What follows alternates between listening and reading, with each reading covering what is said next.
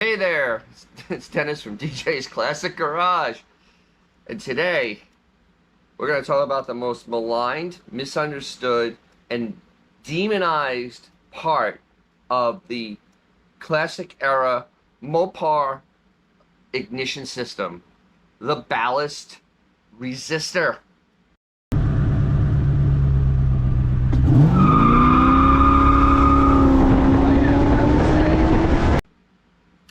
What is a ballast resistor? Well, Chrysler engineers, because remember, Chrysler was the engineering company, they figured out that if they reduced the voltage originally to the ignition system, which was like the points and the coil, that they would get more life out of the said products because the voltage and the amperage would be reduced, hence extending the life without any significant losses in power to the spark plugs.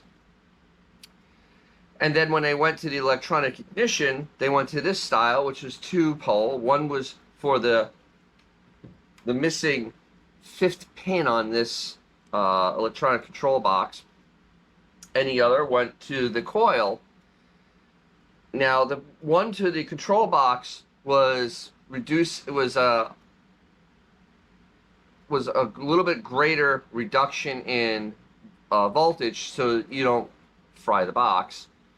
But then they figured out that the internal resistor in the box worked better than the external. So technically, the bottom pole on this isn't needed. But if you're having a factory-looking car, you put it on there. And plus, you already have the wiring for it. You might as well just put it on. The funny thing is, though, when you start the car, this is completely bypassed because everything gets 12 volts when it starts.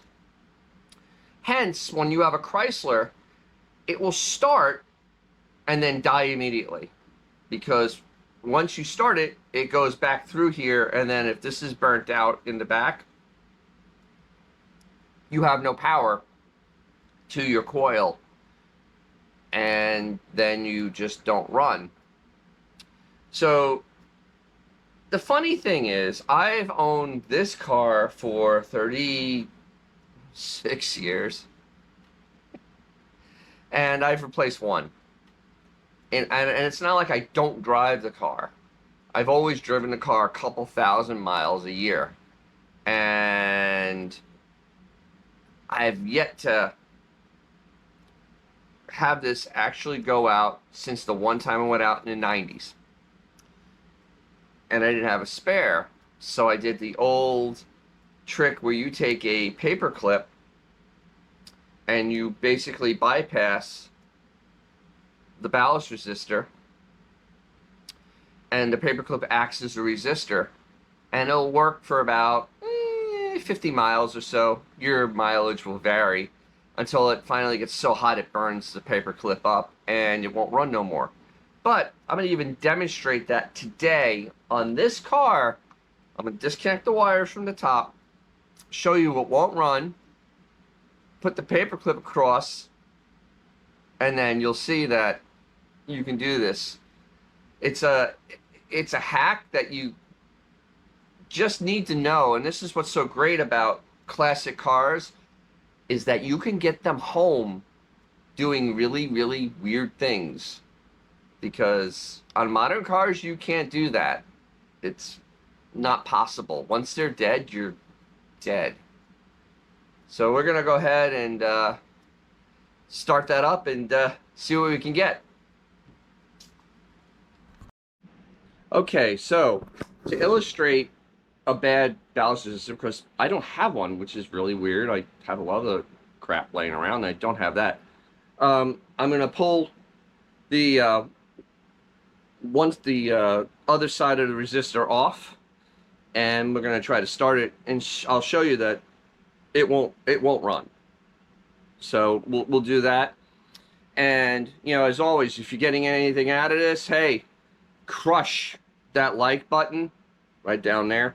And hey, if you want to see more content, subscribe. Hey, give me in the comments what you want me to work on, what you want to learn about, what do you want to see, uh, you know, anything just that you're kind of curious about.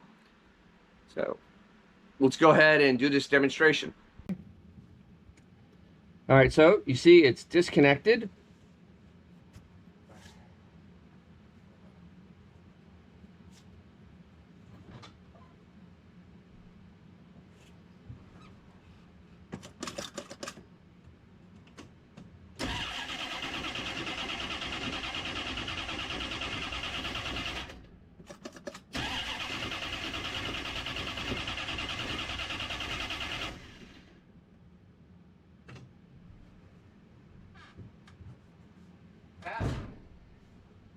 Absolutely, utterly nothing.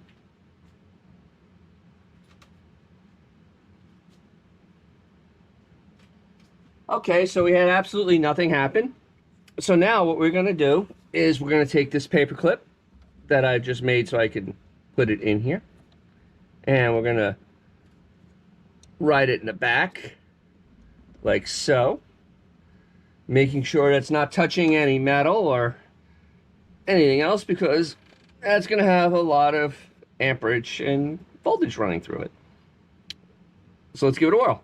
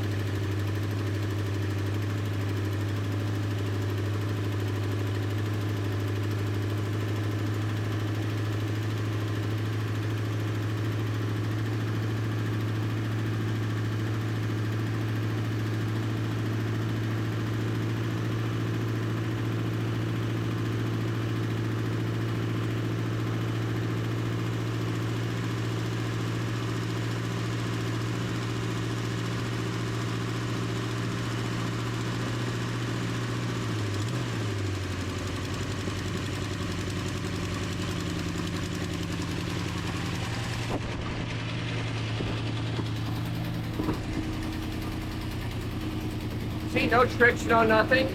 Started, it was the first start of the day too. The car was absolutely dead cold. And there it is, running on, well, a paper clip. Beautiful. See, idling.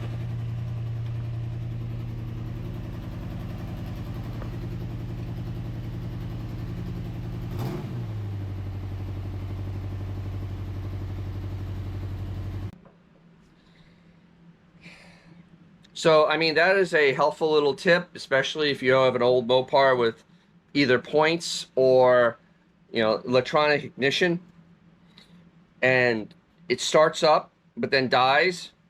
It's usually the ballast resistor, and there you go. So if you have a classic Mopar with a ballast resistor in it, whether it be points or electronic ignition, now you can get it home with a paper clip, piece of wire, whatever, something to be able to take the current from A to B and be able to drive it. For the short amount of time, it will not hurt anything. Just over a long amount of time, it can damage the coil. That's why it's on there. It may or may not. Modern coils may not need it at all. I mean, it's one of those things that it's good to be safe to have it, just to get the voltage. I think the voltage is like 9 volts at the coil when it's running. So there's a quick little tip on, if you're stranded and your ballast resistor is bad, you're done. Now if this goes bad, you better have a spare. But these are available at parts stores, not the orange box, but just a regular service module, and it'll get you home. When these go bad, the backing completely melts on them, like this backing piece. It gets so hot it melts straight down, and yeah, it's done. So these you should always carry a spare if you have a a Chrysler with electronic ignition and it's still stock.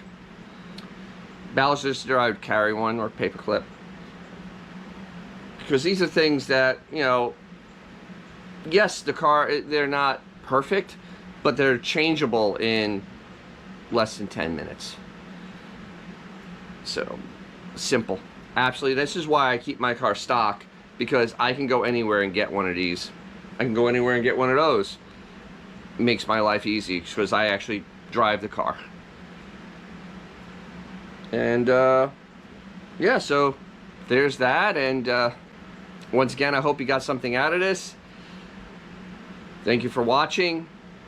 And as always, take out your classic car, because you'll make someone's day, including your own. Catch you down the road.